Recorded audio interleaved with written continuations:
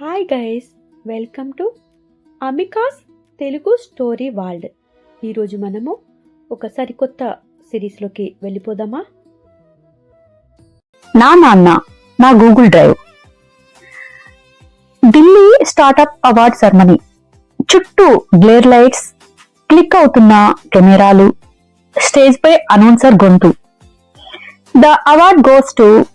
అవును, అదే the award goes to. అయితే నాకు వినిపించింది గోస్ట్ బేటా. ఒక్కసారిగా ఉన్న వాళ్ళంతా ఎవరు అన్నట్లు చూస్తున్నారు. పక్కన ఉన్న ఫ్రెండ్స్ నన్ను తట్టి తట్టి పోరా స్టేజ్ మీదకి అంటూ అరుస్తున్నారు. అందరూ ఆ అబ్బాయి ఎవరు అనుకుంటూ చూసేలోపు నా లోపల ఒక గంభీరమైన మౌనం. అలాగే కూర్చుండిపోయాను. ఇది నిజమా అనుకుంటూ. చాలా మంది నా వైపు తిరిగారు. నా పక్కనున్న దోస్తులు నన్ను తట్టి తట్టి రే నిన్నే పిలుస్తుంది పో అంటూ స్టేజ్ మీదకి గెంటారు. నా పేరేనా బేటా? అవును, ఇదేమీ వెబ్సైట్ లో పెట్టే పాస్వర్డ్ కాదు. హిందీలో అబ్బాయిని పిలిచే మాట కూడా కాదు. అదో ముద్దు పిలుపు. నాన్న. నాన్న నన్ను పిలిచే ఒక ప్రత్యేకమైన మాట. ఏ పేరుకైనా ఒక ముద్దు పేరుంటే అది ఎంతో అందంగా కనపడుతుంది కదా. నాకు మాత్రం బేటా అనే పేరు ఎంతో ప్రత్యేకంగా, ఎంతో ప్రేమగా అనిపిస్తుంది. నన్ను ఎంతమంది ఎన్ని పేర్లు పెట్టి పిలిచినా అది మాత్రం నా అసలైన పేరులాగా అనిపిస్తుంది. నా చిన్నప్పుడు నా చేతుల్లో బొమ్మల కన్నా ఎక్కువగా బైండింగ్ చేసిన పుస్తకాలు ఉండేవి. నాన్న భగవద్గీత శ్లోకాలు పాడిస్తూ తన చిన్న టీవీఎస్ బైక్ మీద నన్ను కూర్చోపెట్టుకుని వాళ్ళ ఆఫీసులో అందరూ ఉన్నప్పుడు పాడమంటూ నవ్వుతూ ఉండేవాడు. నేను అక్క ఇద్దరం కలిసి గుక్క తిప్పుకోకుండా కంఠస్థంగా శ్లోకాలు పాడితే చప్పట్లు కొట్టే వాళ్ళకన్నా మా నాన్న కళ్ళల్లో మెరిసే మెరుపులు నాకు ఇంకా గుర్తున్నాయి. నాన్న చిన్న బుచ్చుకుంటూ తలవాల్చుకునే సమయం నా జీవితంలో ఎప్పుడూ రాలేదు. ఇక మీదట కూడా చూస్తానని నేను అనుకోవటం లేదు. కానీ నన్ను చూస్తూ చిన్నవాడిలా నవ్వే క్షణం మాత్రం ఆయన ముఖంలో వెలిగే నిండు చంద్రుడిలా అలాగే నిలిచిపోతుంది. ఒకసారి నాన్న అన్నాడు, చూడు బేటా, బహుశా ఈ లోకంలో నేను నీతోనే మొదటిసారి అబ్బాయిలా ఎలా మాట్లాడాలో నేర్చుకుంటున్నాను. అప్పుడు ఆ మాట అర్థం కాలేదు నాకు. కానీ ఇప్పుడు ఆ మాటల్లో ఎంత గొప్ప అర్థం ఉందో తెలుస్తోంది.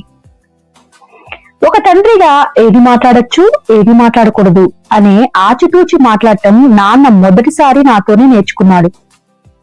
నిజంగా అవమానించే ఏ మాట అయినా నాన్న నోటి నుండి నేను ఇప్పటి వరకు వినలేదు.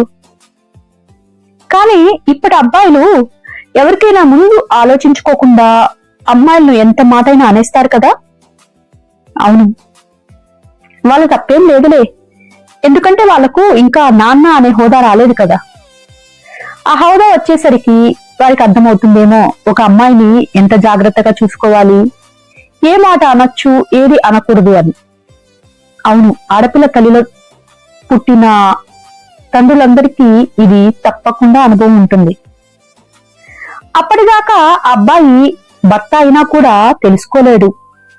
ఏమో, బహుశా అమ్మాయిలను ఎలా ట్రీట్ చేయాలో అని వాళ్ళకి తండ్రిగా అయితేనే తెలుస్తుందేమో. ఒకసారి స్కూల్లో స్పెషల్ డ్రెస్ కోడ్ డే వచ్చింది. అందరూ ఫ్యాన్సీగా వస్తున్నారు. నాన్నకి డబ్బులు తక్కువయ్యాయి, కానీ నన్ను కొత్త డ్రెస్ లో చూడాలన్న కోరిక ఎక్కువ. ఆయనకేమో రావాల్సిన డబ్బులు టైంకి రాలేదు. నేను కూడా నాన్నని అర్థం చేసుకుని ఏమీ అడగకుండా నార్మల్ గా నా దగ్గర ఉన్న డ్రెస్ వేసుకుని స్కూల్ కి బయలుదేరాను. అది నా 10th క్లాస్. నాన్న ఏం చేశాడంటే అలసిపోతూ రొప్పుకుంటూ సైకిల్ తొక్కుకుంటూ వచ్చి బస్ స్టాప్ దగ్గరికి నన్ను ఆపాడు. నా చేతిలో ఒక చిన్న ప్యాకెట్ పెట్టాడు. ఇది నీకోసం కాదు బేటా, నీలో ఉన్న కాన్ఫిడెన్స్ కోసం ఈ డ్రెస్ అని చెప్పాడు. అది నా మొదటి బ్రాండెడ్ డ్రెస్ ఏం కాదు. అయినా కూడా అది వేసుకున్న నన్ను చూసిన నాన్న కళ్ళల్లో ప్రైడ్, ఫియర్, లవ్, అనురాగం అన్నీ కనిపించాయి. నేను ఒక మహారాణిలాగా కాదు, ఒక మహారాజులాగా నాన్న నన్ను చూస్తున్నాడు. ఆ చూపుతేనే 10 ఏళ్లకు సరిపోయే కాన్ఫిడెన్స్ నాతో నిలిచిపోయింది. హాయ్ గైస్, ఈ రోజుతోటి ఇప్పటితోటి ఫస్ట్ ఎపిసోడ్ పూర్తి చేస్తున్నా. లెంత్ ఎక్కువైపోతుంది కాబట్టి నెక్స్ట్ ఎపిసోడ్ ఇప్పుడే ఇస్తాను, తప్పకుండా వినేసేయండి. నచ్చితే షేర్ చేయండి, లైక్ కామెంట్ చేయడం మర్చిపోకండి. ఉంటాను. ఇట్లా మీ రాధి.